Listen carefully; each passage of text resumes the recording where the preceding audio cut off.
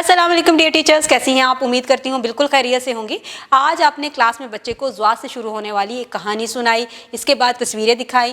कहानी बहुत ही साफ़ सुथरे व्यू में दिखाएं, यानी कि आप एलईडी दिखा रहे हो तो बच्चों को बराबर में बिठाएं ताकि बच्चे उसको देख भी सकें, समझ भी सकें, सुन भी सकें। इसके साथ ही जब फ्लैश कार्ड दिखा रहे हो, फ्लैश कार्ड का साइज़ थोड़ा बड़ा रखें ताकि बच्चे उसको अच्छे तरीके से देख भी सकें और पहचान भी सकें।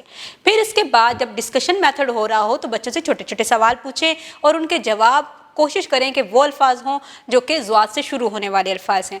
फिर ज़्वाद की शक्ल की पहचान करवाएं और फिर उन बच्चों को ज़्वाद की प्री राइटिंग एक्टिविटीज़ करवाएं ताकि बच्चे ज़्वाद को लिखना सीख जाएं। उसके लिए आप हवा में लिखवाएंगे, मेज़ पर लिखवाएंगे, अपने हाथ की कलाई पर लिखवाएंगे और उसके बाद आप बच्चों को सैंड ट्रे पर भी लिखवा सकते हैं।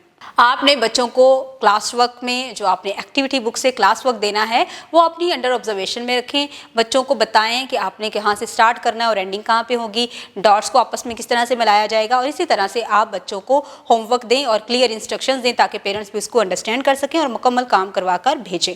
उम्मीद करती हूँ आपने आज की इस वीडियो से बहुत कुछ सीखा होगा।